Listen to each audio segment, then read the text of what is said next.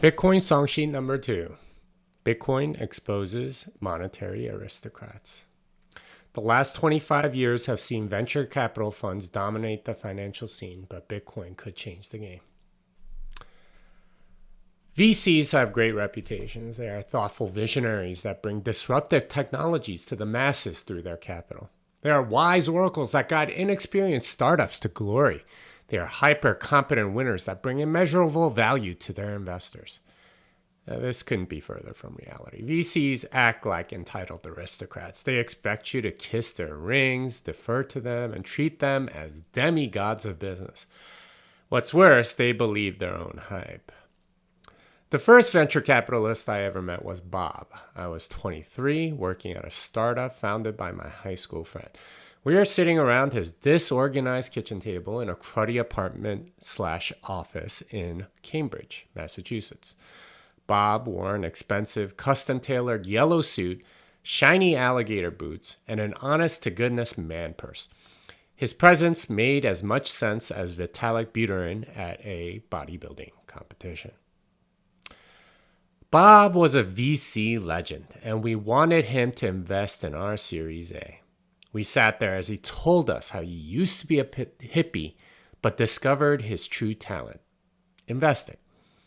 We politely listened as he told us stories of the companies he helped. We leaned in as he told us our strategy and widened our eyes as he told us about the music album he was working on. We made up for our modest circumstances with our attention, like girls feigning interest in a rich guy's humble brags. We desperately wanted to impress him. We wanted him to see us as a world-class investment, a jewel for his portfolio. He was the owner of a trendy nightclub, and we put on our hoochie dresses to get in. We wanted access to his money, his network, his world. The party. This was the late 90s, and the dot-com boom was in full swing. Meetings like this were common because VCs were pouring money into startups like a drunk guy buying Beanie Babies.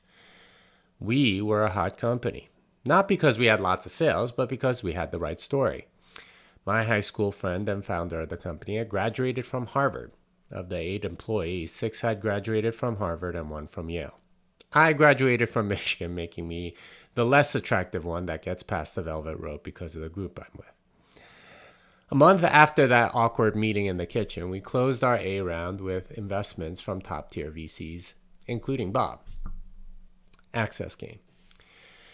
VCs are monetary aristocrats, as ruthless and greedy as the banker in It's a Wonderful Life, yet they dodge criticism because they own the bank. Founders need their money. Journalists need their stories. Politicians need their lobbying. Rich people, the guys buying bottle service, need access to startups. They enjoy a good reputation, and everyone is afraid that their access will get cut off. They're also blissfully unaware of their narcissism. They really think that throwing some money around at Burning Man makes them artists. They think that doing DMT and ayahuasca makes them spiritual. They think having read Friedrich Nietzsche makes them philosophers. Everyone humors them because no one wants to piss them off. Messing with monetary aristocrats is like puking in the VIP section. VCs talk to each other. You could easily be blackballed. They know the vomit smell will reduce demand for bottle service. Monetary aristocrats are the gatekeepers not just of money, but of reputation. That's why it's so rare to hear any criticism of VCs. Their power comes from being in between the rich people and the startups. Our startup got into their club, but it wasn't all that it was cracked up to be. We worked 80-hour weeks, did too many speculative deals, and went in way too many different directions. The company was unhealthy, spending too much money for too little revenue while hiring too many people. We were being treated, like all their portfolio companies, like pigs that needed to be fattened up before going to market.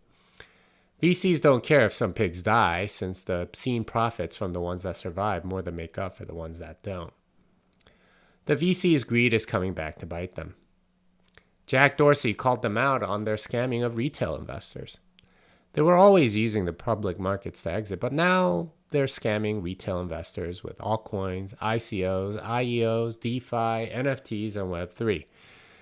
These aren't businesses, and tokens aren't equity. They're not even selling pork to the general public anymore, but some sort of industrial sludge masquerading as pork. VC firms have had an amazing 25 years. The returns on many of their funds have been obscene, and they've gotten used to the lifestyle. Venture capital for many college graduates is the new investment banking, a place to make a lot of money doing less work. The problem is, monetary aristocrats have been the nightclub owners for so long that they're willing to do whatever it takes to continue getting their returns. Who cares if the public gets screwed? An alternative system. Monetary aristocrats exist because of fiat money. New money is created all the time, and the money has to go somewhere. Much of it finds its way to wealthy people who now need to deploy that money. After all, they don't want to keep it in cash since there will be even more money created shortly. The wealthy people deploy that money through investments, much of it going to VC funds. They have to go to the nightclubs if they want access. The monetary aristocrats determine the winners and losers of their money. They outspend rather than outcompete to win.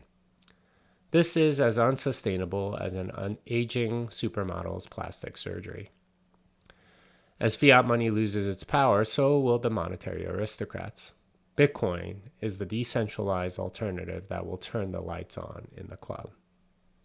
We'll soon find out that there's a lot of ugly drunk companies embarrassing themselves. We're seeing it already. You paid how much for a database pointer to a drooling chimp JPEG? Closing time. You don't have to go home. Instead of going through the monetary aristocrats, startups can bootstrap with Bitcoin and go to the market directly. Why go to a dark nightclub where everything costs too much when you can meet people on a normal date? Their competitors, powered by VC money, will get diminishing returns on their money as Bitcoin price rises. No more of this weird debauchery of fakeness of nightclubs. No more narcissistic monetary aristocrats. I can't wait for the lights to come on.